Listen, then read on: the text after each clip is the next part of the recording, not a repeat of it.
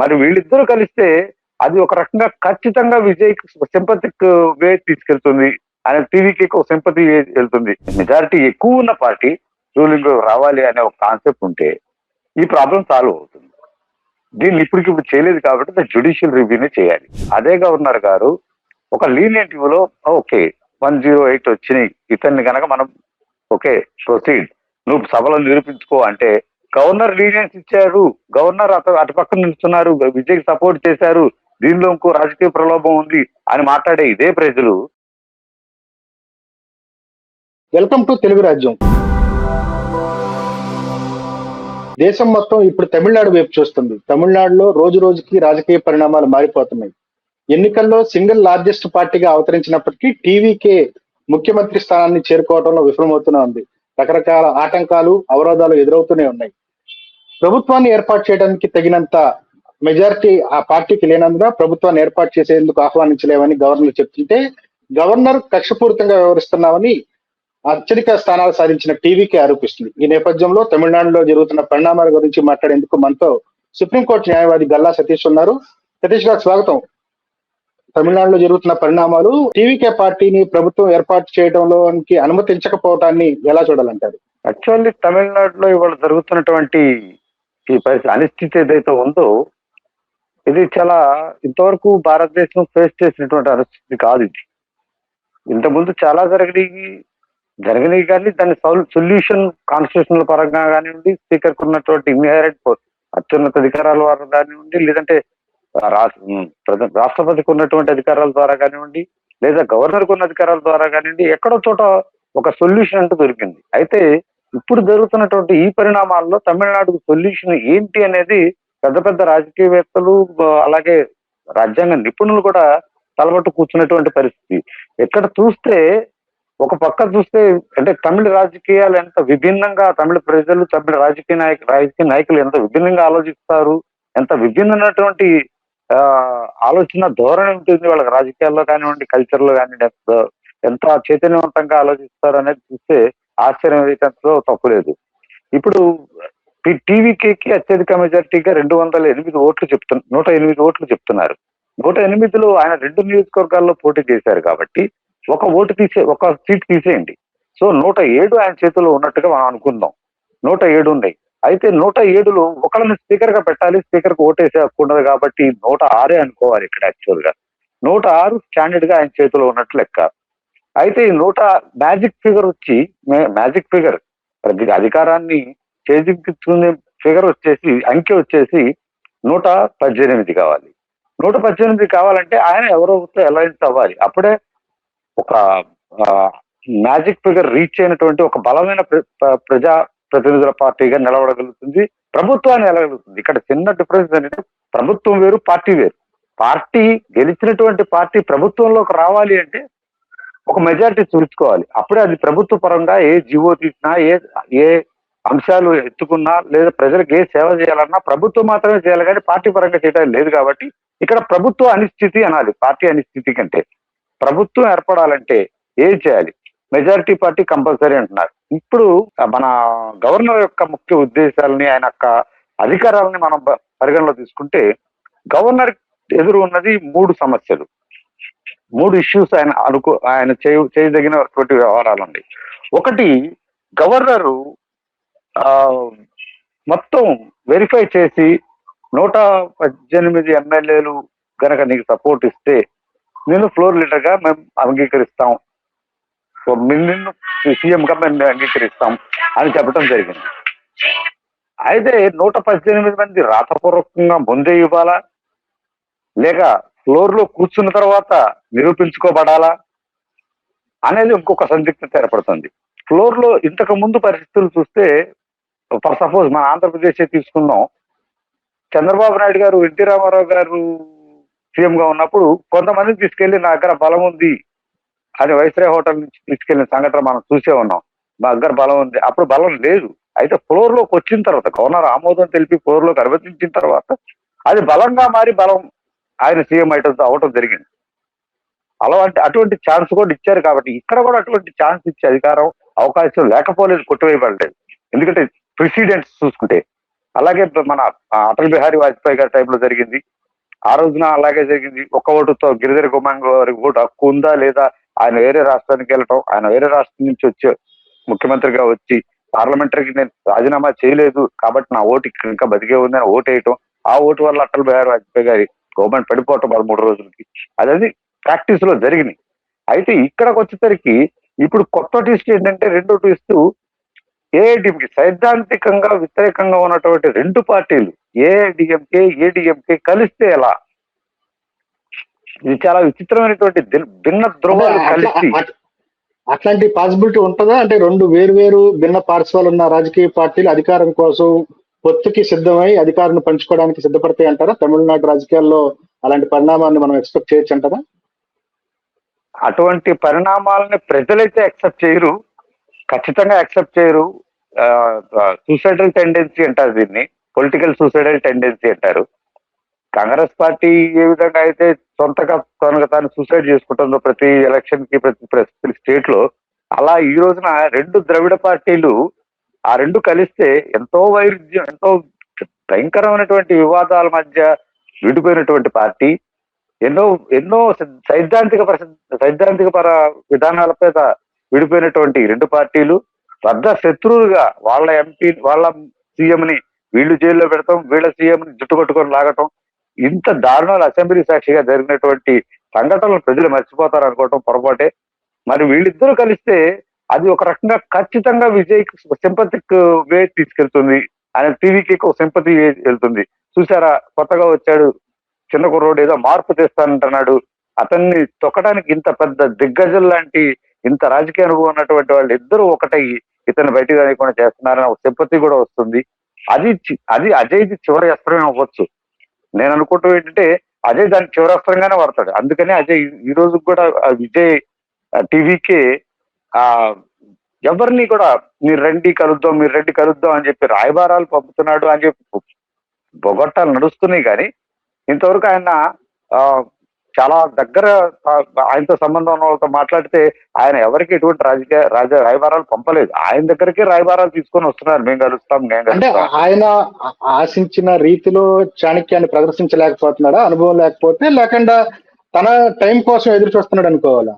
In fact Vijay చేతిలో ఉన్నటువంటి ఒక ప్రత్యేకమైన ఆయుధం, అది యూ కెన్ సే బ్రహ్మాస్త్రం ఏదైతే ఉందో, మొత్తం ఆయనకున్నటువంటి 107 సీట్లు కనుక రాజీనామా చేసి మళ్ళీ ఎలక్షన్కి వెళ్తే ఆ సింపతి మీద ఈసారి డిఎంకే ఏడిఎంకే కనపడకు నామరూపాలు లేకుండా తమిళ చరిత్రలో నామరకాలు పోతాయి అనడంలో సందేహమే లేదు.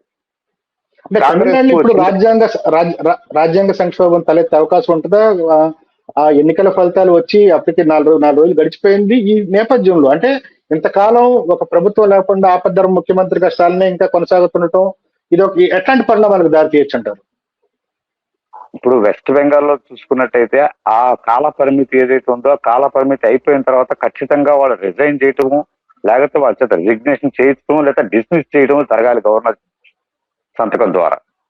అయితే ఇక్కడ ఈ పరిధి 7వ తారీఖు వరకు, అంటే 8వ తారీఖు వరకు ఉంది. కాబట్టి ఈ తమిళనాడు పీరియడ్ ఏదైతే ఉందో, ప్రభుత్వ పీరియడ్, ఆ పీరియడ్ లోపల ఏ నిర్ణయం తీసుకుంటారో చూసి, ఆ నిర్ణయం తీసుకోలేనప్పుడు గవర్నర్ కి ఒక ప్రత్యేకమైనటువంటి అధికారం ఉంది. అది ఆర్టికల్ 164 ప్రకారం ఆయనకు ఒక అధికారం ఉంది. ముఖ్యమైనటువంటి బిల్లులు ఆగటానికి వీల్లేదు, అంటే ప్రజా సంక్షేమానికి ఆటంకం కలగటానికి వీల్లేదు, ముఖ్యమంత్రి ఉన్నా లేకపోయినా ప్రజాస్వామ్య ప్రభుత్వం. కాబట్టి గవర్నరే ఆ బిల్లులను పాస్ చేసి ఆ బిల్లులను అమల్లో పెడుతూ తరువాత వచ్చినటువంటి గవర్నమెంట్ ఖచ్చితంగా ఆ బిల్లును ఆమోదించాల్సిన పరిస్థితి వస్తుంది. కాబట్టి ప్రజా సమస్యలకు ఏ విధంగా ఆటంకం కలగకుండా ఒక 6 నెలలు 3 నెలల దాకా గవర్నర్ కి ఆ అధికారాలు అప్పచెప్పే అవకాశం కూడా ఉంది. గవర్నర్ ఆ అధికారాలు తీసుకునేటటువంటి అవకాశం ఉంది ఆర్టికల్ 164 ప్రకారం. అది ప్రెసిడెంట్ అసెంట్ తో, ప్రెసిడెంట్ యొక్క ఒప్పందంతో, ప్రెసిడెంట్ యొక్క అనుమతితో. రాజకీయంగా కక్ష సాధింపు చర్య అనుకోవచ్చు కదా. అంటే టీవీకేని అధికారంలో రానివ్వకుండా ఒక కుమ్మక్క రాజకీయాలు అని ప్రజలు భావించే అవకాశం ఉంటుంది కదా. ఇప్పుడు కుమ్మక్క రాజకీయాలు అని ఎవరైతే అంటున్నారో, కుమ్మక్క రాజకీయాలు చేస్తున్నారు, లేకపోతే రాజకీయం కక్ష సాధిస్తున్నారు అని ఎవరైతే అంటున్నారో, వాళ్ళ దగ్గర ఏదైనా మార్గం ఉందేమో చెప్పమనండి. మార్గం లేకుండా ఒక బండరాయి తీసుకొచ్చి ఒకళ్ళ మీద వేసి కుమ్మక్క రాజకీయం అంటే ఎటకుతుంది. రాజ్యాంగంలో చెప్పిన అనుసంధానించిన ఆ అంశాలను బట్టే గవర్నర్ నడవాలి కానీ బియాండ్ ద రాజ్యాంగం దాటి గవర్నర్ ప్రవర్తించడానికి అంటే లేదు. అసెంబ్లీ సాక్షిగా బల నిరూపణకు అవకాశం ఇవ్వాలని విజయ్ 2 సార్లు వెళ్ళి గవర్నర్ ని కలిసి అభ్యర్థించారు. అయితే ఆయన దగ్గర ఉన్న బలం, సంఖ్యాబలం మీరు చెప్పినట్టు ఒక స్థానాన్ని తీసేస్తే ఆయన దగ్గర ఉన్న బలానికి ఇంకో 12 మంది సభ్యులు కలిస్తే తప్ప ప్రభుత్వానికి సరిపోయే మెజారిటీ రాదు. ఈ పరిస్థితుల్లో గవర్నర్ విచక్షణ అధికారాలను ఉపయోగించి ఆయనకి అసెంబ్లీ ఫ్లోర్ సాక్షిగా బల నిరూపణ చేసుకునే అవకాశం ఇవ్వచ్చు అంటారా, లేకపోతే ఖచ్చితమైన ఫిగర్ ని, ఖచ్చితమైన లిస్ట్ ని గవర్నర్కి ఇవ్వాలంటారా? నేను అదే చెప్తున్నానండి. ఖచ్చితమైన ఫిగర్ ని ముందుగా గవర్నర్ కి ఇవ్వాలి, యాక్చువల్ గా అయితే ఇవ్వాలి. ఆ పేర్లు, వాళ్ళ లెటర్ హెడ్స్ మీద సంతకాలు వాటితో గవర్నర్ కి ఆ 120 మంది వస్తారు, 121 మంది వస్తారు, వాళ్ళ యొక్క అభిప్రాయాన్ని గవర్నర్ కి తెలియజేయాలి. మేము టీవీకి సపోర్ట్ చేస్తున్నాం, ఆయన పక్కన నిలబడుతున్నాం అనేది ముందు ఇవ్వాలి. కానీ ఇవ్వకుండా ఫ్లోర్ కు పిలిచినటువంటి సందర్భాలు చాలా ఉన్నాయి. ప్రత్యేకంగా ముందుగానే లెటర్ ఇచ్చిన వాళ్ళనే పిలుస్తాము అనేటువంటి కాకుండా ఏదో మాకు బలం ఉంది, మేము ఫ్లోర్ లో నిరూపించుకుంటాం. ఇప్పుడు నా దగ్గర పాయింట్ ఉంది, నేను జడ్జికి చెప్తాను. మధ్యలో రిజిస్టర్ చెప్పాల్సిన అవసరమే ఉంది? రిజిస్టర్ జనరల్ కి నేను పాయింట్ చెప్పి, నేను ఆయన దగ్గర ఒక ఆర్గ్యుమెంట్ చెప్పి మళ్ళీ జడ్జి దగ్గరికి వెళ్ళి ఇంకో ఆర్గ్యుమెంట్ చెప్పాల్సిన అవసరం లేదు. మీ దగ్గర ఉన్న సాక్ష్యాన్ని ముందే లీక్ చేస్తే అవతల వాళ్ళు అలర్ట్ అయిపోయే అవకాశం ఉంటుంది కదా. ఇప్పుడు విజయ్ చెప్పేది కూడా అదే, లిస్ట్ ఇస్తే ఎవరిని తీసేయచ్చు, ఎవరిని లాగేయచ్చు అనే ఆలోచన కూడా చేయొచ్చు. That is politics. మొత్తానికి చూస్తే విజయ్ని బలహీనపరచాలని ఒక ఉద్దేశం ఒక లోకల్ గా ఉన్నటువంటి పొలిటికల్ పార్టీలకి తప్పితే దీంట్లో గవర్నర్ ప్రమేయం కానీ గవర్నర్ జోక్యం కానీ ఏమి లేదు. ఆయన దగ్గరకు వచ్చిన ఫైల్ మీద ఆయన సంతకం పెట్టి పంపించడం వరకే అతని యొక్క విధి.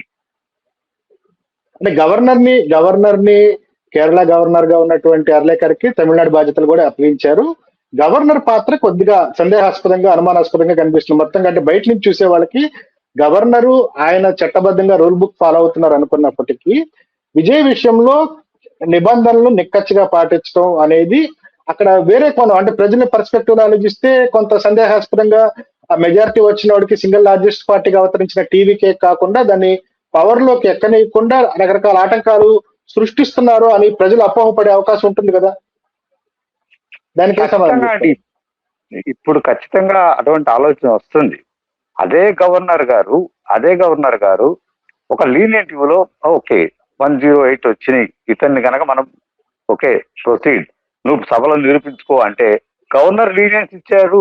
గవర్నర్ అటు పక్కన నిలుస్తున్నారు, విజయ్కి సపోర్ట్ చేశారు, దీనిలో ఇంకో రాజకీయ ప్రలోభం ఉంది అని మాట్లాడే ఇదే ప్రజలు రూల్ ప్రకారమే వెళ్తాను అంటే చూసావా అడ్డంకులు కలిగిస్తున్నారు, విజయ్ని సీఎంని కానికుండా అని మాట్లాడేది కూడా ఇదే ప్రజలు, ఇదే రాజకీయ నాయకులు.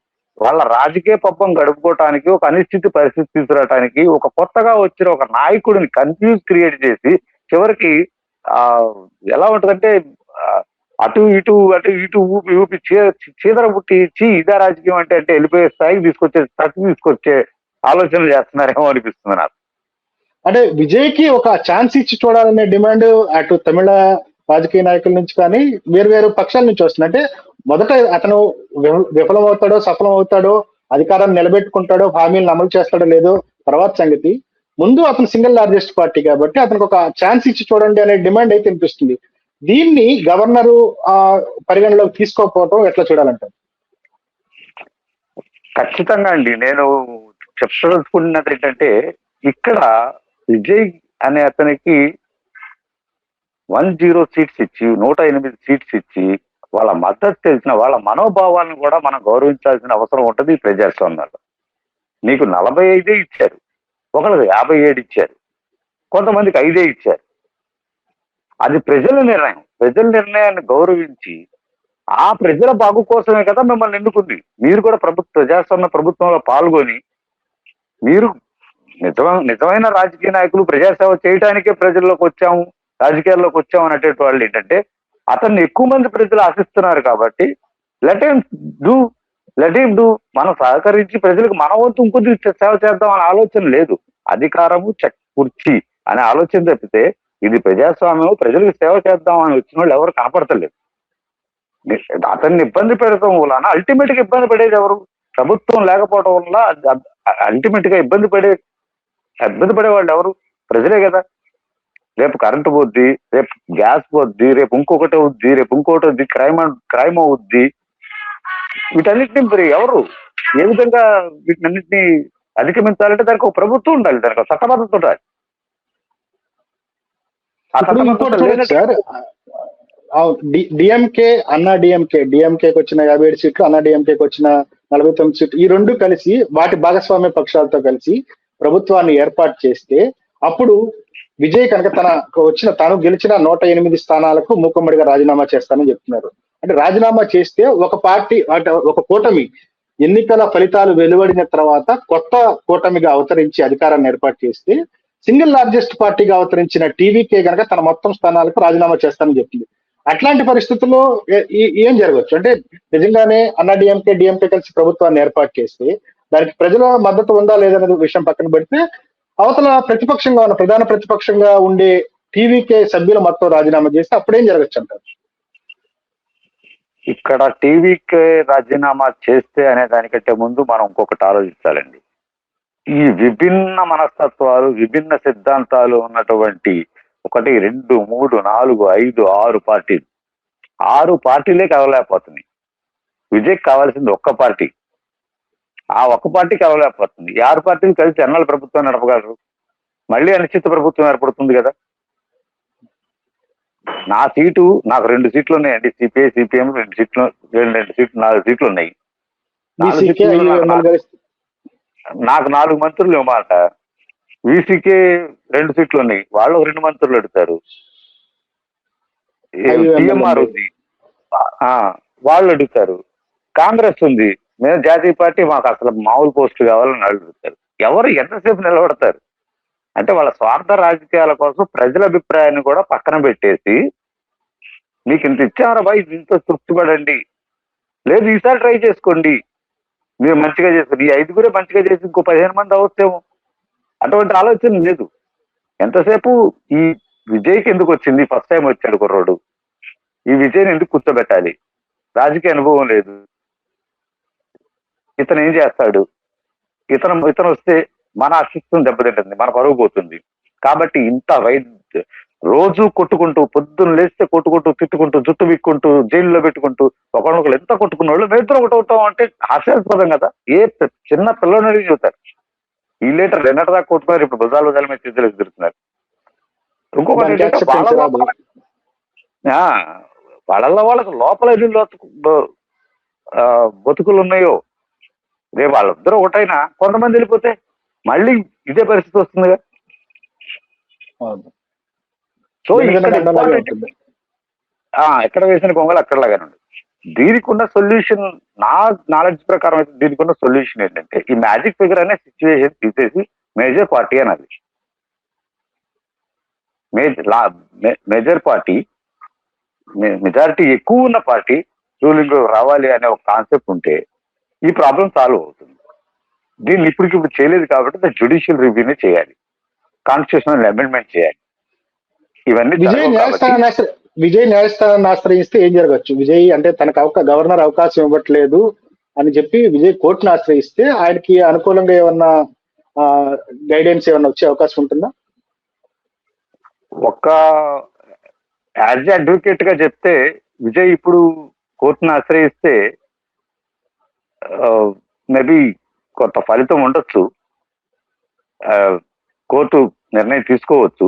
కోర్టు నిర్ణయం తీసుకున్నా కోర్టు ఎగ్జిక్యూటివ్ అడ్మినిస్ట్రేటివ్ లైన్లోకి వెళ్ళదు కాబట్టి వాళ్ళ పరిపాలనా విభాగంలో వేలు పెట్టదు కాబట్టి సెంట్రల్ గవర్నమెంట్ రికమెండ్ చేయదు, just amend an act and proceed with Vijay, ఎందుకంటే ఆప్షన్ లేదు కాబట్టి అని చెప్పచ్చు. లేదా అక్కడ పరిపాలన మాత్రం జరగాల్సిందే, పరిపాలన ఆపటం అనేది ఇంపాసిబుల్. ఏదో ఒక విధంగా పరిపాలన జరపాలి. ప్రజలు ఎన్నుకున్నవాడు ద్వారా పరిపాలన చేయటమే కదా ప్రజాస్వామ్యం అంటే. లేదా immediately go for the election. ఈ 2 ఆప్షన్స్ మాత్రమే ఉన్నాయి వాళ్ళకి. నేను అనుకోవటం కోర్టు రికమెండ్ చేయగలదు సెంట్రల్ గవర్నమెంట్ కి, ఒక నిర్ణయం తీసుకోండి, దీని మీద కేబినెట్ నిర్ణయం తీసుకోండి, అలా జరగచ్చు. లేదా కోర్టు యాజ్ యూజువల్ నోటీసులు ఇష్యూ చేసి 5 ఏళ్ళు పూర్తి అయిపోయిన తర్వాత కేసు ఆర్డర్ కూడా పాస్ చేయొచ్చు. అంటే కోర్టులో కేసులు డిలే అవుతుంటాయి కదండి. చాలా కేసులు పదవీ కాలం అయిపోయిన తర్వాత ఆర్డర్ ఇస్తారు, ఓ ఇతను గెలిచాడు అని. పదవీ కాలం అయిపోయిన తర్వాత గెలిస్తే ఏంటి, ఓడితే ఏంటి, అలా చేయొచ్చు. ఏదేమైనా కూడా మనకి ఇంకా 4 days టైం ఉంది కాబట్టి 4 days లో ప్రతి క్షణం మారుతున్న రాజకీయ పరిణామాలను చూస్తుంటే ఎవరికి అర్థం కాని, నిజంగా తెలుగులో చెప్తుంటారు, ఒక అర్థం కాని కాన్సెప్ట్ ఒక అర్థమయ్యే సినిమా తీస్తుంటారు తమిళ వాళ్ళు. ఇప్పుడు ఏదైనా మన సినిమా అర్థం కాలేదండి, లేదు తమిళ సినిమా లాగా ఉందరా అంటారు. అలా ఈ అర్థం కాని సినిమా పట్టారు అర్థం చేసుకోవాలి అంటే వాళ్ళ కాన్సెప్ట్ అర్థం చేసుకోలేవు. అదే. సో అంటే ఏం జరగచ్చు ఫైనల్ గా, ఏం జరగచ్చు మీ అంచనా ప్రకారం తమిళనాడులో ఏం జరగచ్చు అంటారు? నా అంచనా ప్రకారం నేను ఊహించింది, నేను అక్కడ చదువుకున్నాను కాబట్టి నాకు I have so many friends there. నేను మాట్లాడిన దాన్ని బట్టి చూస్తే ఏఐడిఎంకేలోనే ఒక వర్గం, కొంతమంది వర్గం టీవీకేకి టచ్ లో ఉన్నారని మాత్రం ఖచ్చితంగా తెలుస్తుంది. వాళ్ళందరినీ క్యాంపుకి తీసుకెళ్లిపోయారు, వాళ్ళందరినీ కట్టడి చేస్తున్నారు. క్యాంపులు తీసుకెళ్లారు, క్యాంపులో కూడా లొత్తలు జరుగుతున్నాయి. వాళ్ళు ఫ్లోర్ లోకి వచ్చిన తర్వాత ఏ విధమైన మార్పు చెందుతారు, అక్కడ ఉన్న గొంగళ పురుగులు ఫ్లోర్ లో సీతాకోవ అవుతాయి అని ఆశతో విజయ్ ఉన్నాడు. ఏమో ముందే మనం ఎందుకు ఫ్లోర్ కి అక్సెప్టెన్స్ ఇవ్వాలి అని చెప్పి గవర్నర్ సందిగ్ధంలో ఉన్నారు, నా మీద బురదేస్తున్నారు అని. ఈ రెండిట్లో ఒకటి తేలితే ఫ్లోర్ లో ఖచ్చితంగా విజయ్ సాధిస్తాడు అనేది మాత్రం ప్రజలు నమ్ముతున్నారు. ఫ్లోర్ టెస్ట్ అంటూ జరిగితే ఐదు మంది డైరెక్ట్ గా సపోర్ట్ ఇచ్చినటువంటి కాంగ్రెస్ పార్టీ 5 ఎమ్మెల్యేలు అప్సెట్ అయ్యారనుకోండి, ఇప్పుడు ఫ్లోర్ లో చర్చ, ఫ్లోర్ లో ఓటింగ్ అనేది ఏంటి, ఫ్లోర్ కు అటెండ్ అయినటువంటి వాళ్ళల్లో మెజారిటీ, అంతేగాని గెలిచినందరిలో మెజారిటీ కాదు. అటెండ్ అవుతున్న ఓట్లు లేనట్టే కదా. మళ్ళీ రేపు వచ్చి మళ్ళీ టెస్ట్ పెట్టండి అని 5 అడగడానికి వీల్లేదు కదా. దానికి మళ్ళీ ప్రాసెస్. అప్పుడు స్పీకర్ మనవాడే ఉంటాడు, అంటే ప్రధాన పార్టీ వాడే స్పీకర్ ఉంటాడు. ఆ ప్రధానాలతో చర్చ అని అవుతా ఉంటారు. సో అంటే దానికి ఇప్పుడు ప్రభుత్వానికి ఆ అవకాశం గవర్నర్ ఇస్తారా? గవర్నర్ ని నడిపించే శక్తి వేరే రిమోట్ ఎక్కడన్నా ఉంటే అట్లాంటి ఛాన్స్ టీవీకేకి ఇవ్వాలంటే టీవీకే ఎవరికైనా తలగ్గి ఉండాల్సింది పరిస్థితి వస్తుందంటారా? నేను అడిగింది మీకు అర్థమై ఉంటుంది అనుకుంటా. అంటే టీవీకే కనుక అట్లాంటి సంభావ్యత రావాలంటే ఖచ్చితంగా భారతదేశ చరిత్రలోకి వెళ్ళిపోయారు మీరు ఎక్కడికో. భారతదేశ చరిత్రలో అంతకుముందు 4 జాతీయ పార్టీలు ఉండేవి. 4 జాతీయ పార్టీలు కాస్త 2 అయినాయి. 2 జాతీయ పార్టీల్లో ఒకటే నాశనం చేస్తారు, ఇంకొకటే మిగిలింది. మరి జాతీయ పార్టీ ఎప్పుడు కూడా ప్రాంతీయ పార్టీలని బలంగా ఉండటానికి ఒప్పుకోదు, వాళ్ళ క్వాంటిటీ దెబ్బతింటుందని. కాబట్టి ఆ జాతీయ పార్టీ ఆశీర్వాదంలో ఉంటే వాళ్ళ మెప్పు పొందగలిగితే, ఇప్పుడు రాజుగారి మెప్పు పొందగలిగినప్పుడే కదండి భటుడు సౌఖ్యంగా సుఖంగా అధికారంలో ఉండగలిగేది. ఆ భటుడు విజయ్ చేస్తాడా, లేకపోతే నేను తమిళ తంబి అనేది కాలరగరేస్తాడా, ఆ రాజుగారు ఏం శిక్ష చేస్తారు, ఆ రాజుగారు ఏం అనుగ్రహిస్తారని కూడా వెయిట్ చేయాల్సిన అవసరం ఉంది. అదే రాజుగారి అనుగ్రహం మీదే టీవీకే భవిష్యత్తు ఆధారపడి ఉంటుంది, అంతే కదండి? ఖచ్చితంగా. థ్యాంక్ యూ సతీష్ గారు, థ్యాంక్ యూ మీ అభిప్రాయాలు పంచుకున్నందుకు. నమస్తే, థ్యాంక్ యూ. హలో, తెలుగు రాజ్యం ఛానల్ చూస్తున్నారా? సామాజిక రాజకీయ జీవన చిత్రణే తెలుగు రాజ్యం. అతిశయోక్తులు అసత్యాలు ఉండవు. రాజకీయ కోణం కాదు, ప్రజా కోణమే కొలబద్ద. తెలుగు రాజ్యం వీక్షణ మీ ఉత్తమ అభిరుచికి నిదర్శనం.